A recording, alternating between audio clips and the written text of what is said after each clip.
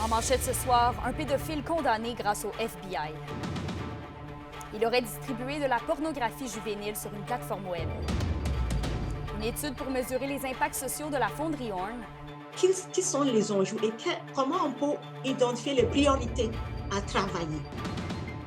Et à l'aube de la saison de la chasse, quelle est l'importance du chien de sang? Le gibier mérite de tout mettre les efforts à être récupéré. Vous avez toute la disposition présentement pour être capable de le faire.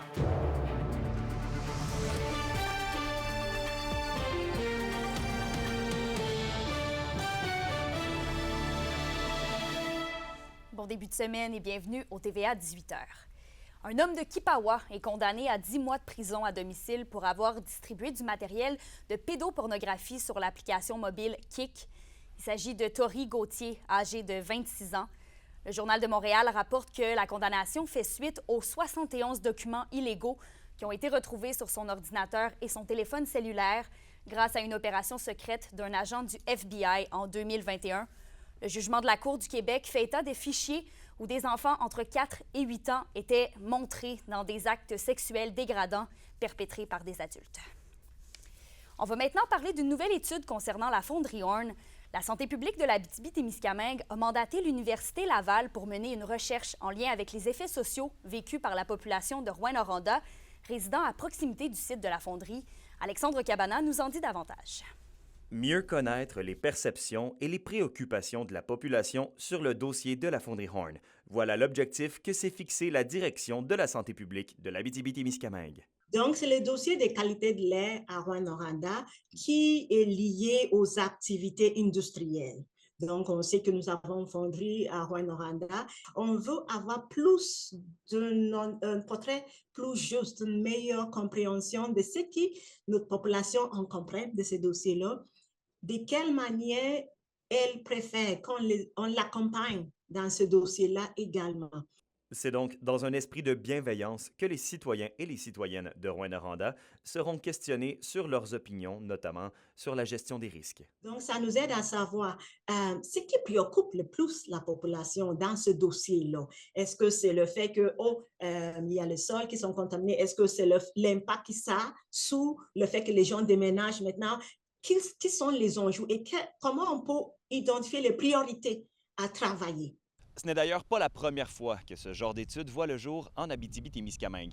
Il y a quelques années, à Malartic, une étude semblable avait été élaborée cette fois pour l'arrivée de la mine canadienne Malartic. Et le CISAT sera en terrain connu puisque l'étude sera élaborée par la docteure Sabrina Doyon, une chercheure de l'Université Laval qui avait justement travaillé sur le cas de Malartic. Pour faire ça, c'est mieux si c'est quelqu'un neutre.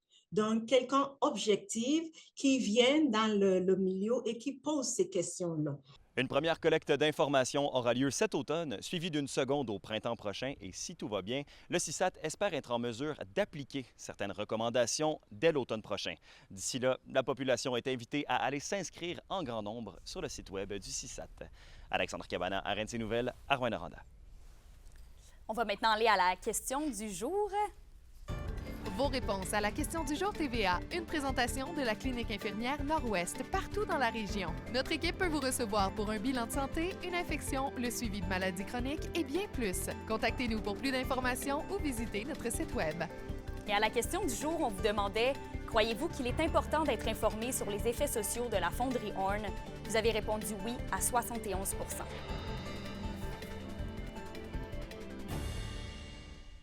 Un automobiliste de 17 ans a été intercepté par les policiers de la Sûreté du Québec vendredi soir pour un grand excès de vitesse.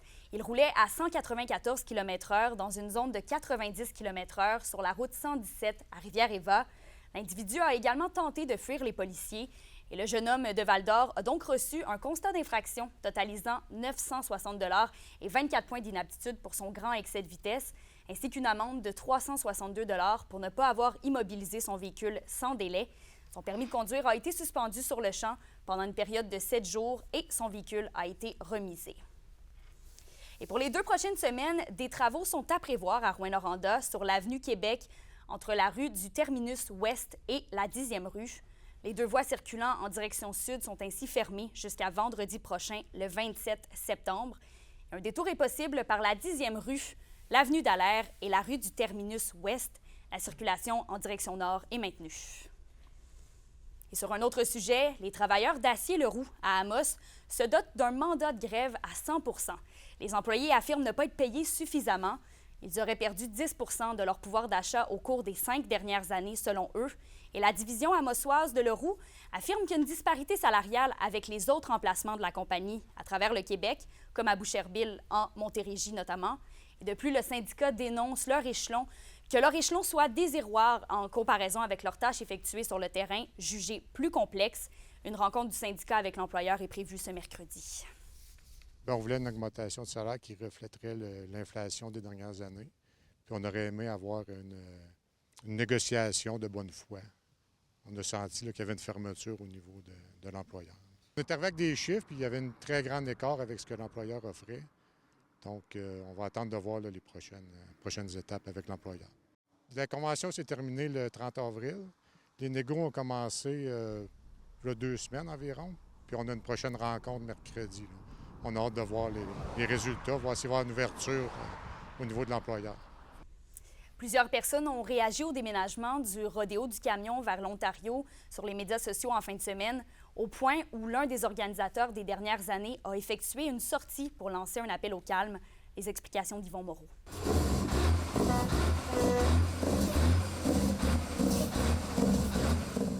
On peut dire que la terre tremble au Témiscamingue depuis l'annonce du déménagement du rodéo du camion à Mattawa la semaine dernière. Et selon l'un des administrateurs du comité organisateur, Éric Gauvreau, l'acolyte du président Luc Lafontaine depuis des années, comme il peut être le cas sur les réseaux sociaux, les réactions dépassent les bornes. Sur une publication Facebook en fin de semaine, M. Gauvreau dit être atteint dans son intégrité.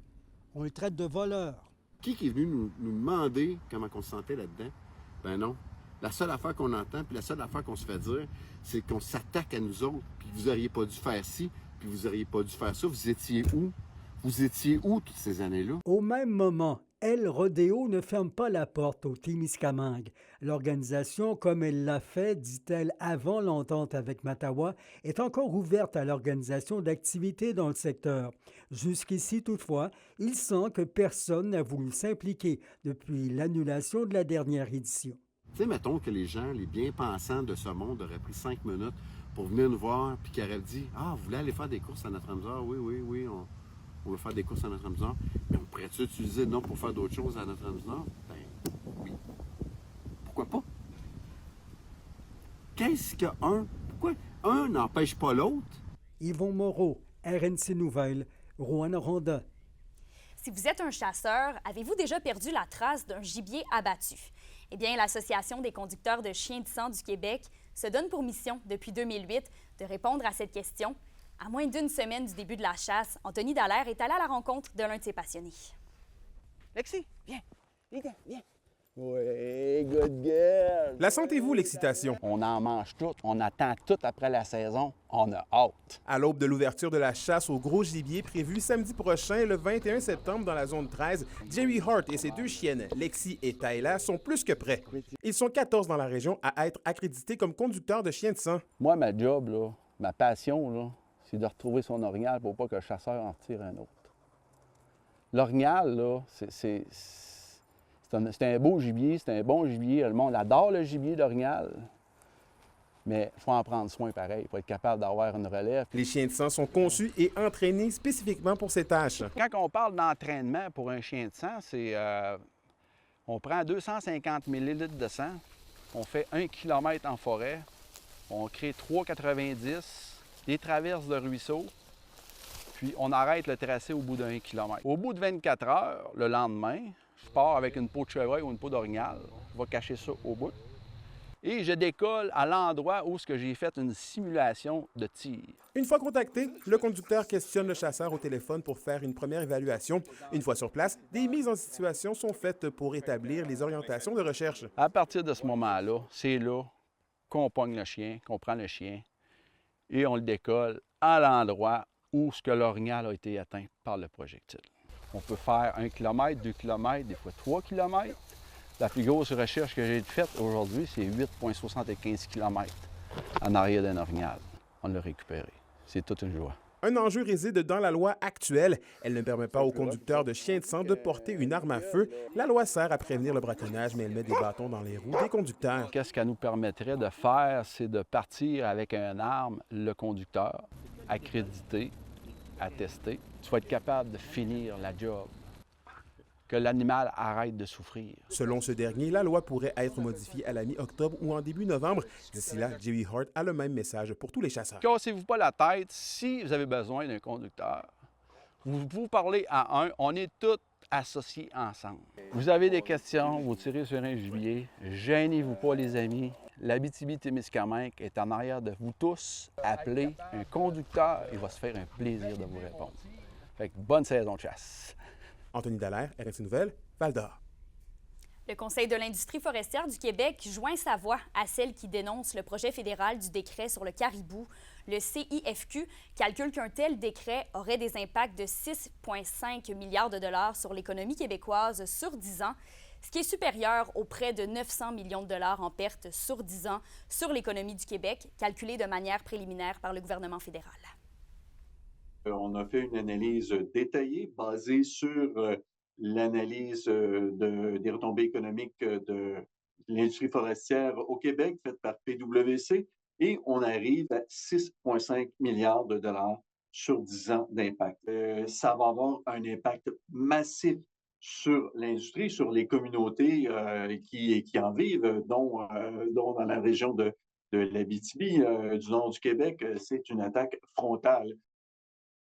L'indice boursier minier au TVA Nouvelle 18h est une présentation de GFM Groupe Financier. Dirigeants d'entreprises et particuliers, fiez-vous aux experts de GFM pour vos placements, assurances de personnes et assurances collectives. Car pour vous, ils vont au-delà de la finance. Avis aux amateurs de musique punk, le groupe montréalais Spite House est de passage ce soir à la Punk House de Rouyn-Noranda. Notre chroniqueuse culturelle discute avec le groupe tout de suite après la pause.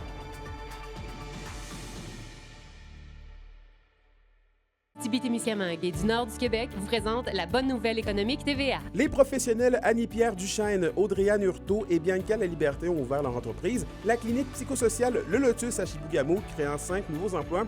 Elle offre un grand éventail de services psychosociaux pour tous. Grâce à leur équipe de spécialistes multidisciplinaires, elles sont en mesure d'offrir une prise en charge variée pour accompagner la population dans leur processus de rétablissement.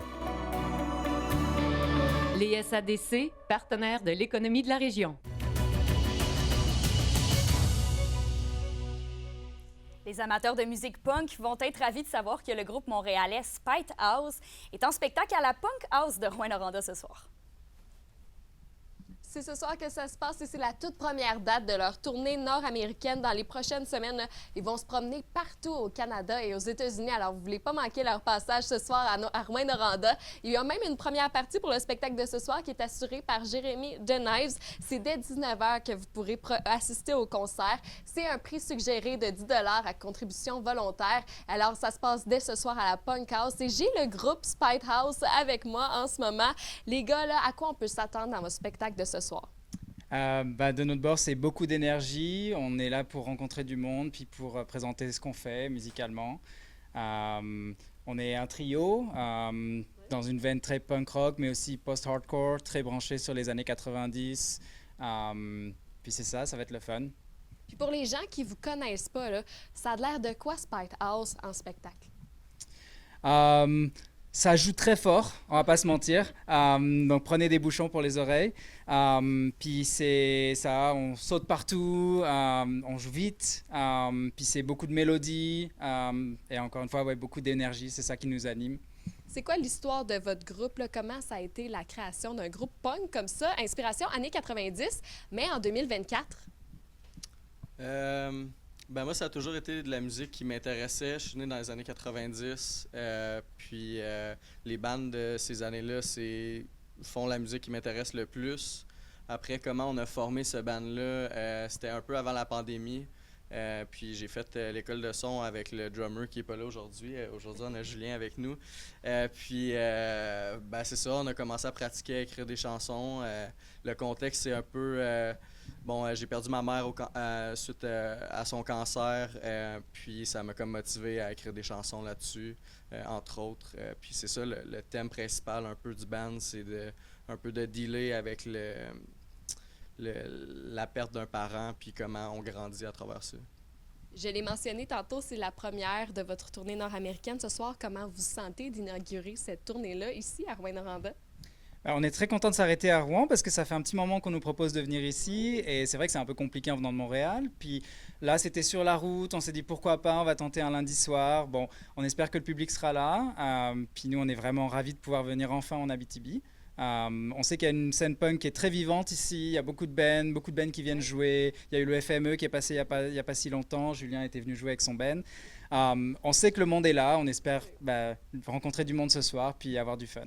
Parce que là, vous allez vraiment partir partout à travers le Canada et les États-Unis, Vancouver, Ottawa, Denver, Seattle, puis ça, dans l'espace de quelques semaines seulement. Est-ce que c'est stressant pour un band de partir dans une grosse tournée comme ça? Oui, quand même. C'est beaucoup de stress parce que c'est beaucoup d'organisation, beaucoup de logistique, beaucoup de routes. On va pas se mentir, les distances au Canada, puis aussi aux États-Unis aussi, là, c'est quand même assez énorme. On n'a pas notre propre van, fait qu'on doit louer un véhicule, c'est toujours un stress supplémentaire. Mais à la fin de la journée, on passe peut-être 8 heures dans le char, mais au moins il y a le payoff de rencontrer du monde, de jouer, puis de présenter notre musique. C'est ça qui nous donne envie d'aller sur la route aussi. Ouais. Bien, merci beaucoup les gars. Je vous souhaite une super belle première ce soir. Ça se passe à 19h à la Punk House, Spite House. Vous voulez pas manquer ça. Une vingtaine de golfeurs étaient réunis cette fin de semaine au club de golf municipal d'Alaire de Rouyn-Noranda pour la Coupe Ryder 2024. Restez avec nous, on vous dévoile les détails après la pause.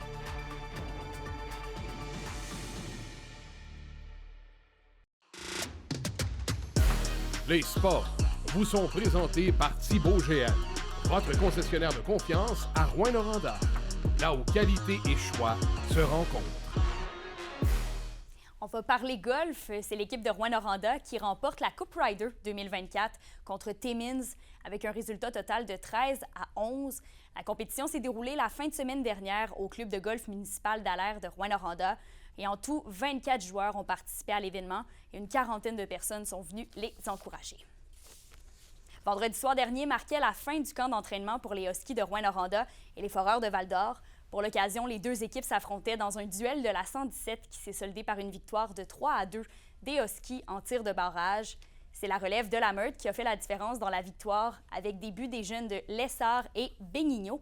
Les Foreurs ont quand même été coriaces dans la défaite. Philippe Veilleux a été le meilleur des siens avec 2 passes. Et la saison régulière s'amorce ce vendredi alors que nos deux équipes régionales seront sur la route. Pour vrai, je suis extrêmement content. Écoute, c'était un match serré, si on parle de la partie en tant que telle. Mais je n'étais pas concentré vraiment sur le résultat, mais pas mal plus sur ce qu'on avait pratiqué durant la semaine. On a vu des belles choses justement sur notre repli défensif. On a mis beaucoup l'accent aussi sur notre façon de jouer dans notre zone. Donc, j'ai vraiment apprécié notre évolution. J'ai senti que plus ça allait durant le camp, plus on a monté. Donc, vraiment content de notre structure. Puis, écoute, la chimie commence à prendre forme entre les joueurs, entre les lignes, entre les défenseurs. Donc, c'est de bon augure. Et toujours au hockey, les Pirates de Ville-Marie, eux, débutaient ce week-end leur saison régulière. La saison a commencé du bon pied avec une victoire de 7-5 sur les Lynx de West Nipissing. Et pourtant, c'est avec un déficit de 5-2 que les Pirates ont amorcé la 3e période avant de compter 5 buts sans réplique et se sauver avec la victoire. Le Rouyn-Norandien Danick Latour a été la première étoile du match avec 3 points dans la victoire des siens. Pour une nouvelle importante à nous communiquer, contactez-nous. Nouvelle au pluriel @rncmedia.ca, par téléphone 1-866 463 4636 et notre site web tvaabitibi.ca.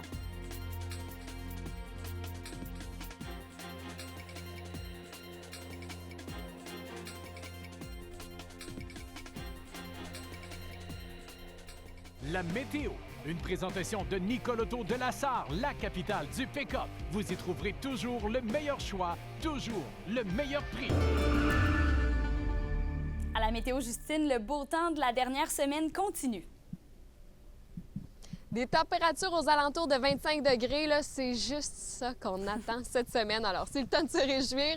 Mais juste avant, pour ce soir et cette nuit, en Abitibi, ça va être partiellement nuageux avec un petit 40 de probabilité d'averse au courant de la nuit et un minimum de 17. Pour le Témiscamingue, pas de pluie, mais quelques nuages avec un minimum de 15. Demain, en Abitibi, on va avoir une alternance de soleil et de nuages avec encore une fois un petit 40 de probabilité d'averse. Ça devrait seulement être quelques gouttelettes. Là. Il n'y aura pas de grosses averses demain avec un maximum de 27 et un index de 32. Pour le Témiscamingue, les gens vont rester au sec encore une fois avec une alternance de soleil et de nuages et un maximum de 27 qui va monter jusqu'à 31 avec l'humidex. Et un aperçu pour mercredi, partout en région, ça va être ensoleillé avec un maximum de 26. Ce soir, c'est vraiment la soirée parfaite pour aller faire un petit pique-nique, regarder le coucher du soleil, profiter de la chaleur. On aime ça comme ça. Merci, Justine. Voilà, ça complète le bulletin pour ce soir. Passez une belle soirée et nous, on se retrouve demain midi pour d'autres informations régionales. À bientôt.